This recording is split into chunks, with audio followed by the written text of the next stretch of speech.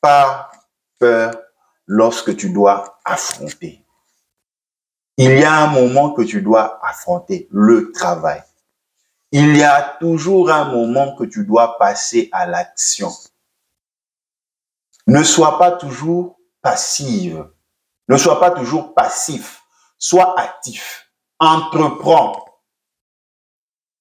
Entreprends. Les 3 clés que nous sommes en train de donner pour conclure nos échanges de ce jour sont les clés que David a utilisées par la grâce de Dieu. Ta destinée, pour atteindre ta couronne, pour atteindre ta saison de gloire, si tu n'es pas préparé comme David est en train de faire passer. Tu vas te marier. Regarde en quoi Dieu te fait passer pour rencontrer la femme de ta vie, l'homme de ta vie.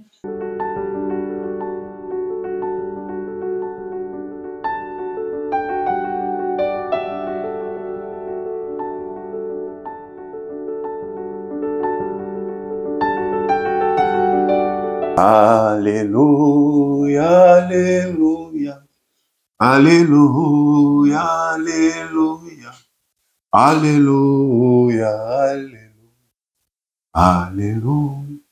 Tu es Seigneur, tu es Seigneur, Jésus est Seigneur, Jésus Seigneur, alléluia, alléluia.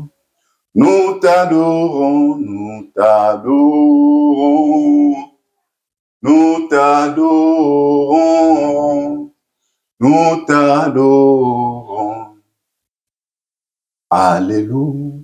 Nous te louons, nous te louons, nous te louons, nous te louons. Alléluia, alléluia. Sois adoré, sois adoré, sois adoré, sois adoré. Alléluia. Éternel mon Dieu, nous te disons merci, merci pour cette grâce, cette faveur que tu nous fais de pouvoir parler de ton nom. Merci Seigneur pour les cœurs que tu as disposés de pouvoir nous suivre en cet instant. Seigneur, je bénis cette année qui commence, que ta faveur et ta grâce soient sur nous et que tout ce que nous allons échanger soit pour la gloire de ton nom, dans le nom puissant de Jésus-Christ. Amen. De partout où vous nous suivez, que Dieu vous bénisse. Nous bénissons l'Éternel pour cette année nouvelle qu'il nous donne et nous profitons au nom de notre programme depuis les États-Unis d'Amérique de vous souhaiter une bonne année, que Dieu vous fasse grâce et que sa faveur soit avec vous tout au long de cette année 2024. Comme vous le savez, c'est une nouvelle année et qui dit nouvelle année dit des nouveaux défis. Qui dit nouveaux défis dit de nouveaux challenges. Lorsque un chrétien, Dieu lui permet d'entrer dans une nouvelle année, cela veut dire qu'il a encore une autre mission à accomplir. Comme vous le savez, un chrétien ne vit pas pour lui, mais il vit pour le Seigneur Jésus-Christ. Et un chrétien, Dieu met en lui des dons, des talents, des grâces susceptibles à être utiles à Dieu, premièrement, et à lui-même en tant qu'être humain vivant dans une société pour atteindre les objectifs. Et ces objectifs, lorsqu'il atteint, c'est pour la gloire de Dieu et faire aussi rayonner la personne. Et pour en parler, vous le voyez en commentaire, nous allons parler de David. Parce que cette année, tous ceux qui nous suivent maintenant à cet instant, vous êtes contextualiser comme David. 2024, comme cette phase de pouvoir aller de l'avant, de pouvoir briller, de pouvoir exceller, de pouvoir entrer dans la saison que Dieu a prévue pour vous. David, comme vous le savez, nous n'allons pas refaire l'histoire, David a un appel. David a un appel de grandeur, d'élévation. David va être roi, mais lui ne le sait pas encore. Mais Dieu a mis des dons et des talents en lui. C'est comme vous qui nous suivez en cet instant.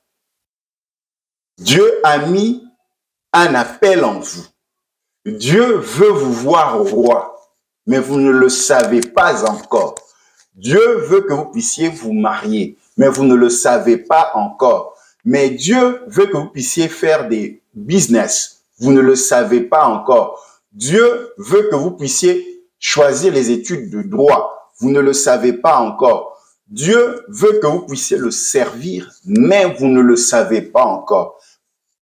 Mais de manière prospective, Dieu a placé les dons, les caractères, les grâces, les facultés susceptibles à vous envoyer là où il veut. Parce que lorsque Dieu met en chacun de nous des talents et des grâces, c'est pour atteindre ses objectifs. David est avec le troupeau de son père. Ses frères vaillants vont aller en guerre contre les Philistins. Et dans cette bataille, naît un problème. Qui va affronter Goliath? La grande question. Tu es la solution de ta famille. Tu es la grâce que Dieu attend pour son Église. Tu es cette faveur pour l'entreprise que Dieu t'envoie. Mais voilà comment Dieu va maintenant placer les circonstances et les temps. Tu ne peux jamais atteindre ton élévation. Tu ne peux jamais atteindre ta destinée si tu ne t'alignes pas dans les temps et les circonstances que Dieu a placées devant vous. Même dans la manière de choisir la royauté de David, ses propres parents, sa propre famille ne l'avaient pas classé. Quand le prophète est venu, il n'était pas classé. Mais Dieu ne voit pas tes incapacités. Dieu ne touche pas tes incapacités. Dieu voit tout simplement les dons et les talents, les grâces qu'il a placées en vous, malgré les incapacités apparentes que ta famille est en train de voir, que tes amis à l'école sont en train de voir, que ton église est en train de voir, que ton entreprise est en train de voir. Nous allons faire une revue de littérature pour nous contextualiser. Nous sommes dans 1 Samuel 17, 12 à 16. David était fils de cet Éphratien de Bethléem de Judée, dont le nom était Isaïe, et qui avait 8 fils. Et cet homme du temps de Saül était vieux et avancé en âge parmi les hommes. Les 3 fils aînés d'Isaïe avaient suivi Saül à la guerre. Et les noms des 3 fils qui étaient allés à la guerre étaient les suivants. Le premier né, Eliab, le second, Abinadab, et le troisième, Chiméa. David était le plus jeune, et les 3 fils aînés suivirent Saül. Mais David s'en alla de temps à autre pour voir comment se portait Saül. Or, le père de David était Éphratien de Bethléem de Juda, et il avait 8 fils. 1 Samuel 17, 20 à 27. David se leva de bon matin, il laissa les brebis à un gardien, prit sa charge et prit comme Isaïe lui avait ordonné. Il arriva au lieu du camp, comme l'armée sortait pour se ranger en ordre de bataille, et l'on criait le cri de guerre. Israël et les Philistins se rangèrent en ordre de bataille, armée contre armée. David laissa son paquet sous la garde de quelqu'un qui portait des armes et courut vers les rangs de l'armée. Il arriva et demanda à ses frères comment ils se portaient.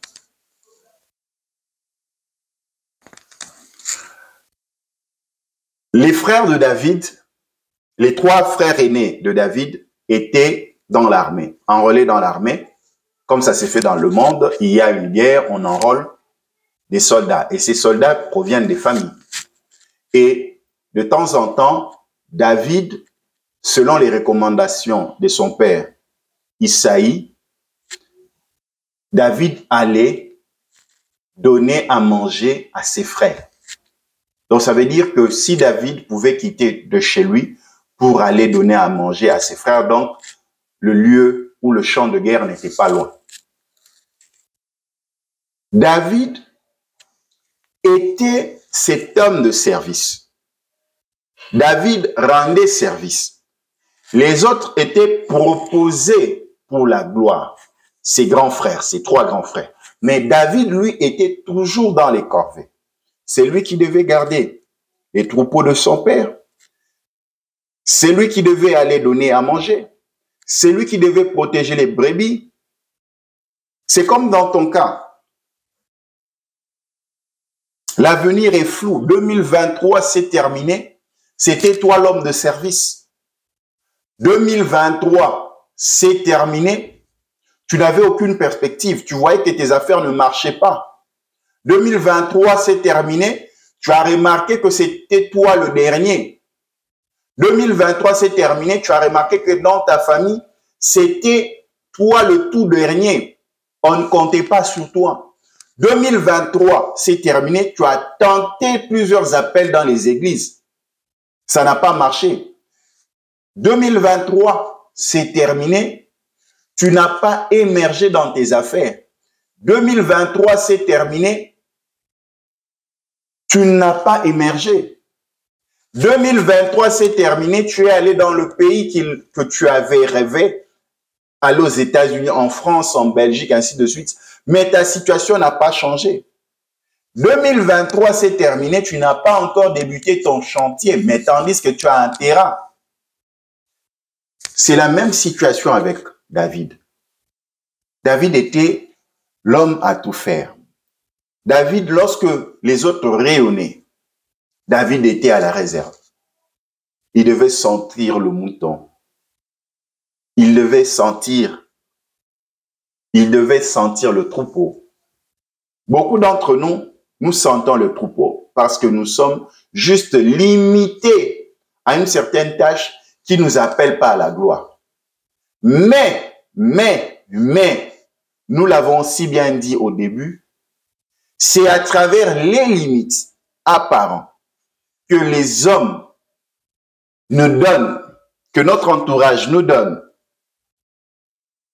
que Dieu fait éclore les dons, les talents, les grâces, les attitudes et les latitudes que Dieu a placées en nous. Amen. Lorsque les autres voyaient que David n'était qu'un petit, qu'un cadet, qu'un jeune, qu'on limitait qu'au service, Dieu est en train d'affûter, de limer les dons et les grâces qu'il avait mis en lui. C'est comme toi. Tu devais commencer ton chantier. Tu n'as pas toujours commencé ton chantier. Tu devais te lancer dans ton projet. Tu n'as pas pu te lancer dans ton projet en 2023. Tu devais débuter les études aux États-Unis. Tu n'as pas pu parce que tu étais limité. Mais sachez-le, Dieu est en train de le confirmer. Ces moments-là, c'est à ce moment que Dieu affûte. Vous savez, nous utilisons des couteaux de cuisine. Pour ceux qui cuisinent, lorsqu'un couteau n'est pas bien affûté, lorsqu'un couteau n'est pas bien limé, tu ne peux pas couper.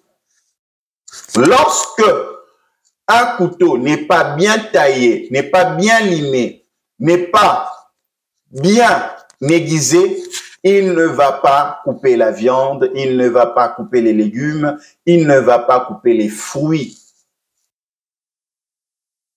Même ceux qui se battaient même pour les guerriers qui se battaient à l'époque de David, il fallait affûter son arme, il fallait aiguiser son épée.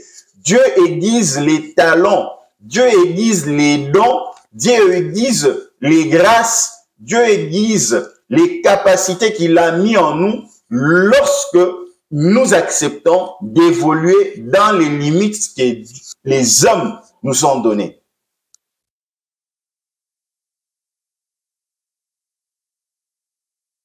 Les grâces, les dons, les talents se développent dans les temps et circonstances que Dieu place au-devant de nous.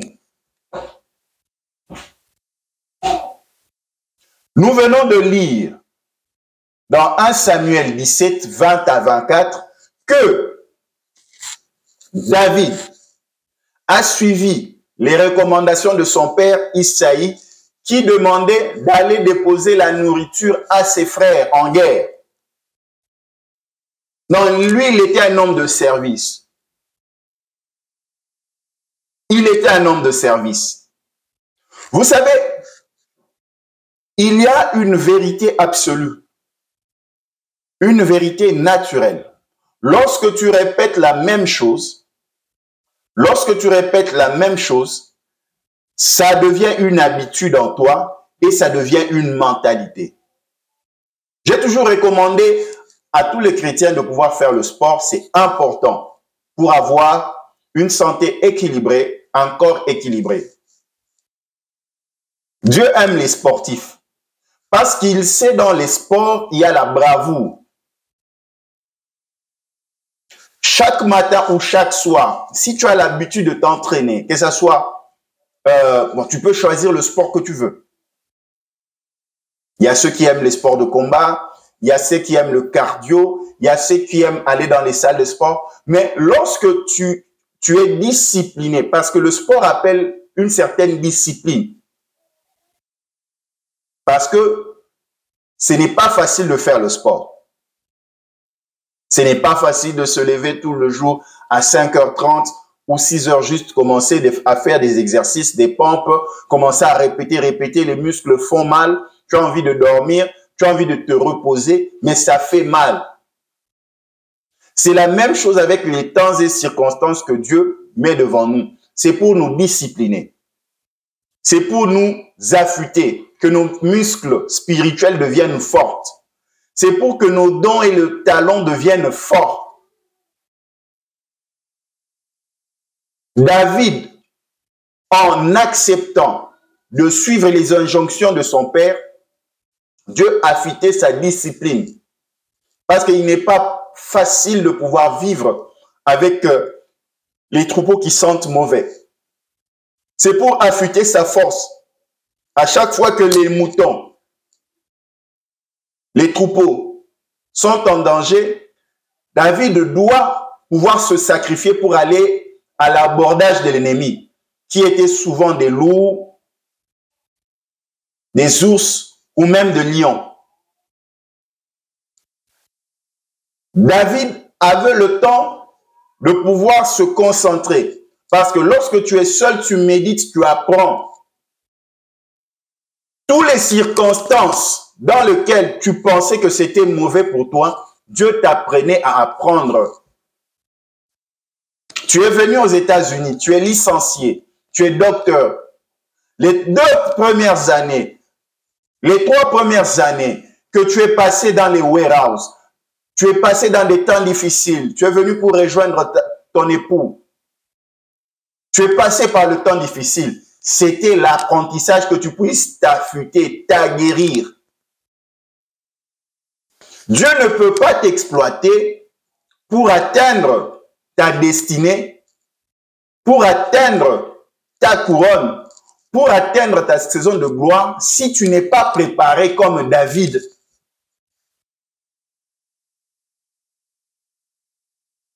Tu dois être préparé comme David.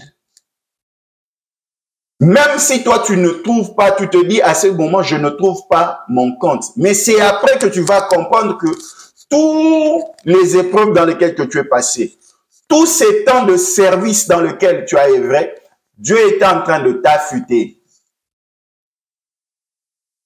Maintenant, nous allons voir une chose. David doit devenir roi, mais regardez le chemin par lequel Dieu le fait passer. Tu vas devenir professeur d'université. Tu avais un rêve de venir étudier aux États-Unis pour avoir ton diplôme de doctorat. Mais regarde par quoi Dieu est en train de faire passer. Tu vas te marier. Regarde dans quoi Dieu te fait passer pour rencontrer la femme de ta vie, l'homme de ta vie.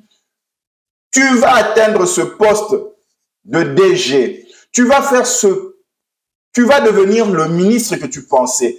Tu vas atteindre ton objectif. Mais regarde par le chemin que Dieu te fait traverser. C'est après que nous prenons conscience. Tiens, Dieu, c'est par là que tu voulais m'amener. Nous allons comprendre que si David n'avait pas accepté d'être un homme de course pour aller déposer la nourriture auprès de ses frères, il n'allait pas tomber dans cette opportunité d'affronter Goliath. Nous allons lire dans 1 Samuel 17, 32, 37. David dit à Saül que personne n'ait de la crainte à cause de lui. Ton serviteur ira et combattra contre ces Philistins. Saül dit à David, tu ne peux pas aller combattre ce Philistin pour combattre avec lui, car tu es un enfant et il est un homme de guerre dès sa jeunesse. David dit à Saül, ton serviteur faisait paître les brebis de son père et quand un lion ou un ours venait et enlevait un brebis du troupeau, je courais après lui, je le frappais et j'arrachais la brebis de sa gueule. S'il se dressait contre moi, je le saisissais par la gorge, je le frappais et je le tuais. Ton serviteur a tué et le lion et l'ours et ces Philistins. Un circoncis sera comme l'un d'eux, car il a insulté les armées du Dieu vivant. Quelle audace! Quelle audace pour David! Quelle audace!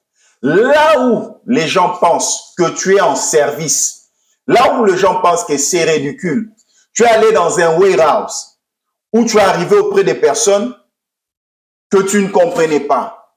Ah, tu penses que tu es venu aux États-Unis? Avoir une licence au Congo, c'est quoi? Être ceci, tu as été ceci, cela au Congo, c'est quoi? Mais tu es ici avec nous, en train de faire ce que nous tous nous faisons. Ce n'est que le chemin pour ta grandeur. Toi, à ton âge, tu n'es pas encore marié.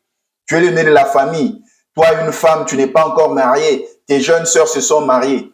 Mais tu ne sais pas que c'est le bon moment de son mariage. Parce que son mari n'est pas encore prêt. Dieu a mis au devant de lui un mari. Mais ce mari ne viendra que quand Dieu a élevé son mari. Et voilà le mariage dans lequel vous êtes en train de célébrer, danser, malgré que vous l'avez insulté. Il a épousé le ministre. Si Dieu l'avait permis d'épouser avant, vous n'aurez pas ce beau frère de ministre. Vous n'aurez pas ce beau fils de ministre. Dieu a permis qu'ils puissent redoubler de classe, qu'ils ne finissent pas l'université avant, parce que l'opportunité pour qu'il soit directeur aujourd'hui devait venir 2 ans après. Lui, il a fini l'université, mais regardez le business qu'il a fait. Et vous qui avez terminé avant, où en êtes-vous? Où en êtes-vous?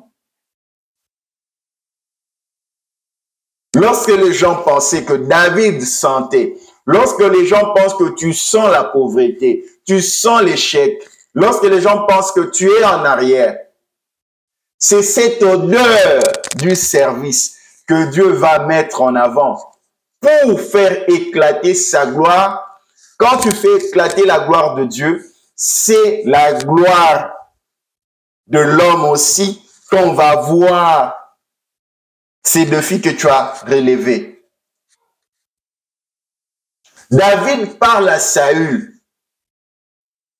Quand j'étais avec le troupeau, voici ce qui s'est passé. Quand j'étais avec le troupeau, voici ce qui s'est passé. Quand j'étais avec le cancer, voici ce que Dieu a fait. Quand je dormais par terre, en plein hiver, voici ce que Dieu a fait. Quand j'ai redoublé, voici ce que Dieu a fait. Quand j'étais dans le célibat, voici ce que Dieu a fait. Cette personne, ce problème, ce défi n'est pas plus grand que ce que j'ai rencontré. Parce qu'il savait que les défis qu'il a rencontrés, que ce soit le lion, que ce soit l'ours, allaient dévorer Goliath. Or, à plusieurs fois, Dieu l'a préparé à combattre des bêtes féroces. Déjà qu'on a combattu des bêtes féroces, qui peut se tenir debout devant quelqu'un qui a combattu des bêtes féroces? Dans quelle armée dans le monde on apprend à se battre contre les lions, contre l'ours, à tuer des animaux en combattant? C'est la même chose. La situation que tu as traversée, Dieu a permis que tu puisses... la situation que tu as traversée, Dieu a permis que tu puisses traverser cette situation pour que tu sois aguerri, afin que toutes les situations qui viendront au-devant de toi, en tant que manager d'entreprise, en tant que professeur d'université, en tant qu'épouse, en tant qu'époux, en tant que étudiant, en tant que pasteur, en tant que prophète, en tant que chantre, rien ne te remettra à terre parce que tu as le Dieu qui t'a fait passer par les temps et les circonstances qui te permettent de te dresser et de briller au nom de Jésus-Christ. Nous allons terminer nos échanges par ceci. Les 3 éléments importants pour réussir sa saison. Les 3 éléments importants pour réussir sa saison, réussir sa nouvelle année, réussir 2024 comme David. Quelles sont les 3 clés pour réussir cette année 2024 comme David? C'est par là que nous allons terminer. La toute première clé, le tout premier élément, donner sa vie à Jésus-Christ. Tu ne peux être orienté si tu n'as pas de boussole. L'avenir est flou. Nous pouvons nous dire que nous avons des ambitions, nous avons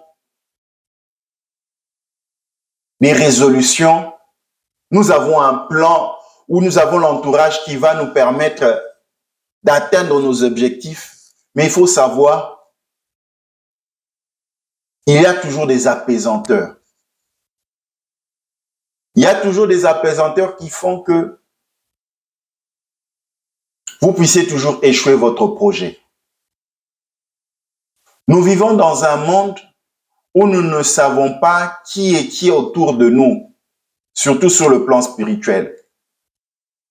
Nous vivons contre des entités, des fois des personnes qui sont mal intentionnées, qui ne veulent pas nous voir réussir, avec cause ou sans cause.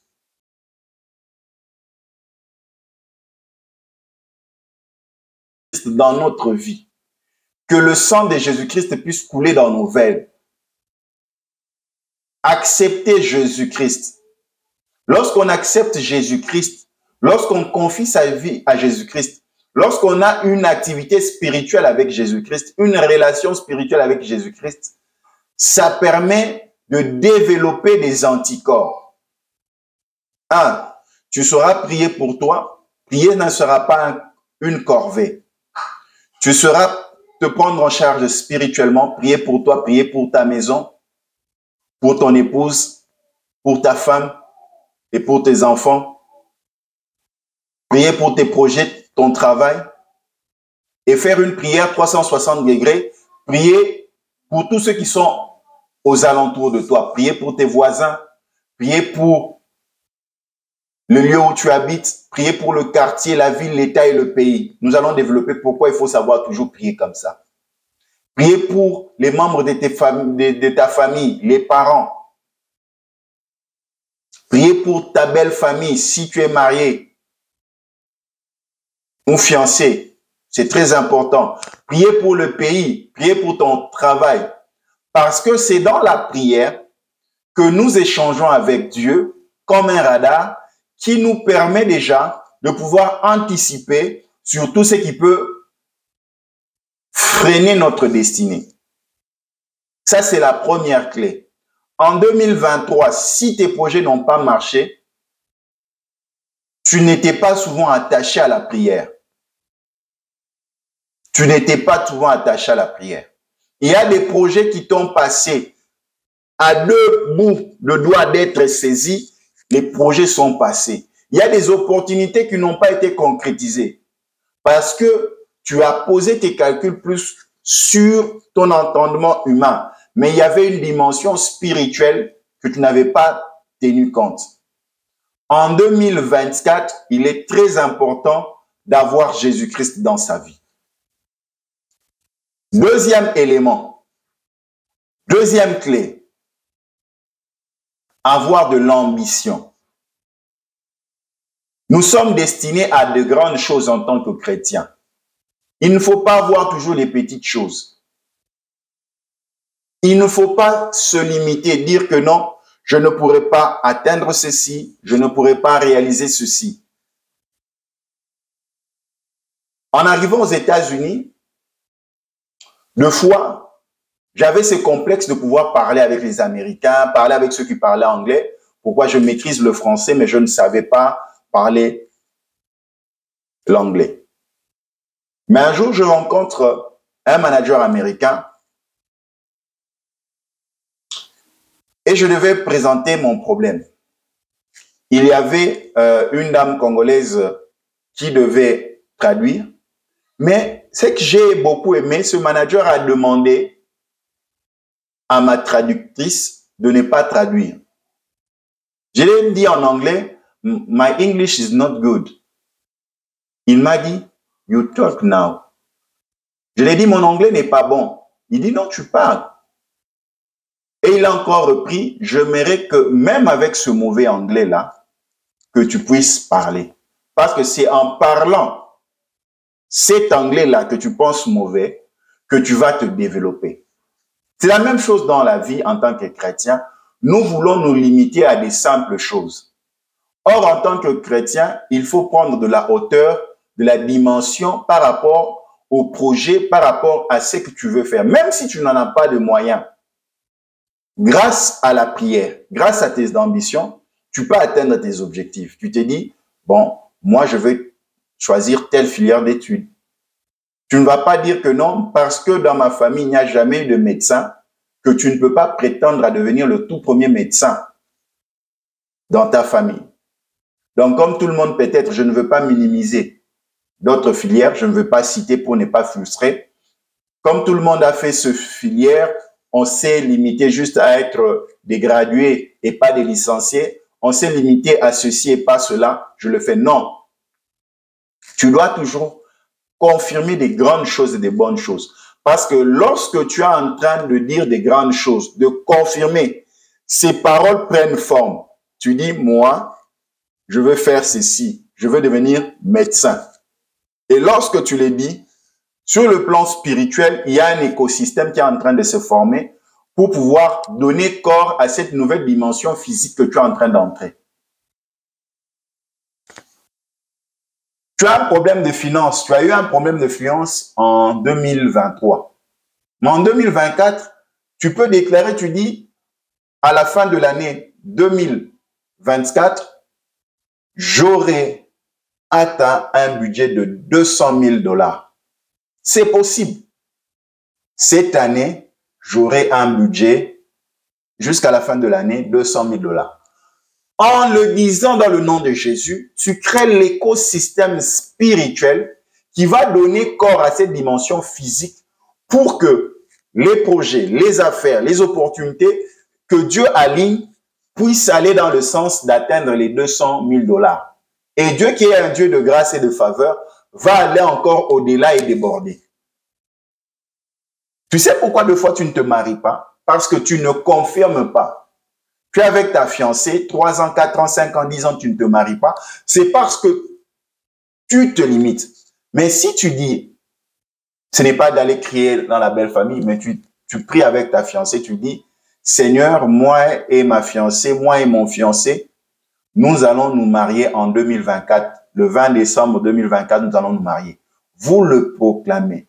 Sur le plan spirituel, vous allez créer cet écosystème spirituel qui va donner corps à cette dimension physique. Et vous allez voir, les choses vont s'enchaîner. Donc, prétendre aux grandes choses. Deuxième clé. David a prétendu aux grandes choses.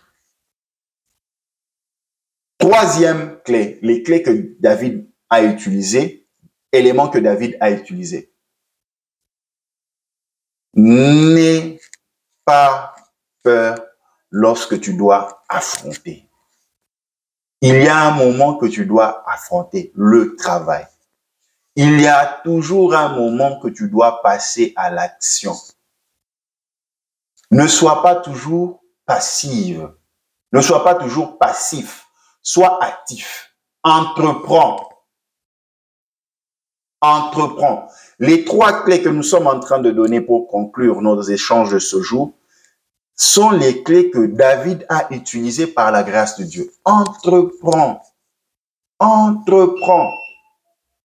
Il y a un moment où tu dois passer à l'action. Il y a un moment où tu dois te lever pour aller travailler. Il y a un moment où tu dois te lever pour pouvoir prier. Les choses ne vont pas tomber sur toi. Il faut s'élever. S'il faut s'élever à 4h30 pour aller au travail, pour que Dieu te fasse entrer dans ta dimension, tu dois te lever à 4h30. Tu ne dois pas dire le corps fait mal. C'est seulement un problème de mental, de psychologie. Le diable veut tout simplement te dire que ça fera mal. Tu n'es pas placé pour le faire.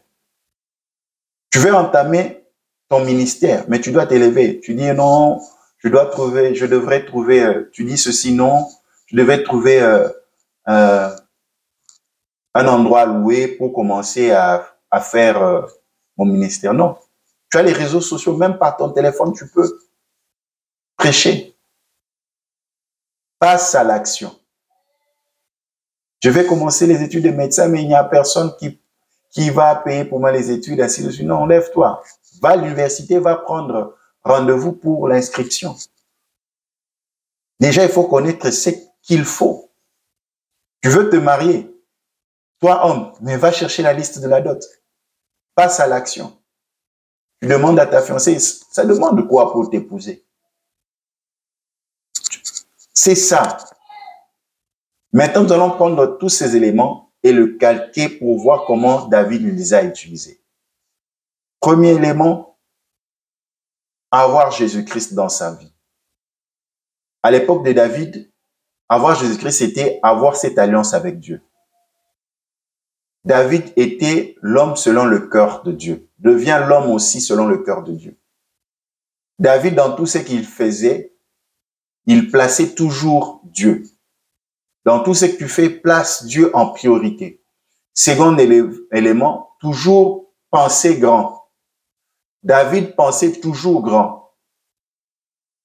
Même quand il parlait au roi Saül, il disait, lorsque j'ai veillé sur les brebis et qu'un animal féroce venait enlever un brebis, le Dieu, il répétait, je m'élevais, j'allais combattre. Donc, il voyait la grandeur. Donc, cette montagne que vous voyez, montagne, Goliath, ce n'est rien. Il voyait grand. Malgré que Saül a dit que Goliath était soldat, guerrier depuis son enfance, lui, il le confirmait que non. Lui, malgré tout ce que vous êtes en train de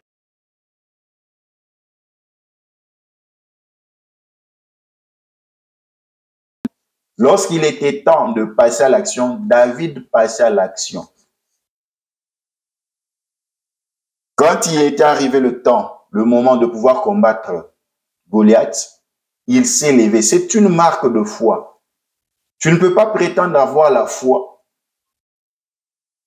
si tu ne te lèves pas. Tu ne peux pas arriver aux États-Unis si tu n'entreprends des démarches. Tu ne peux pas construire une maison si tu n'entreprends pas des démarches. Il faut toujours prendre cette phase.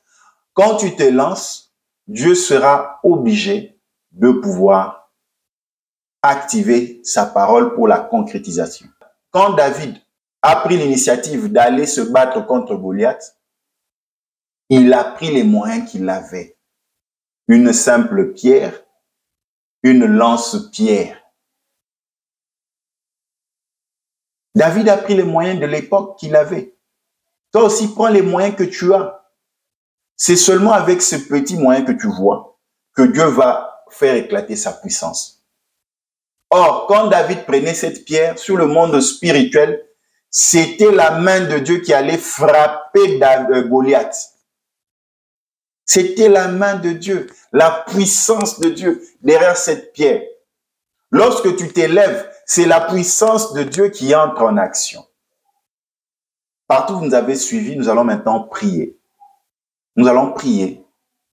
Laissez l'année 2024 entre les mains de l'Éternel. Alléluia, alléluia, alléluia, alléluia, alléluia, alléluia. Ozanzambe, ozanzambe,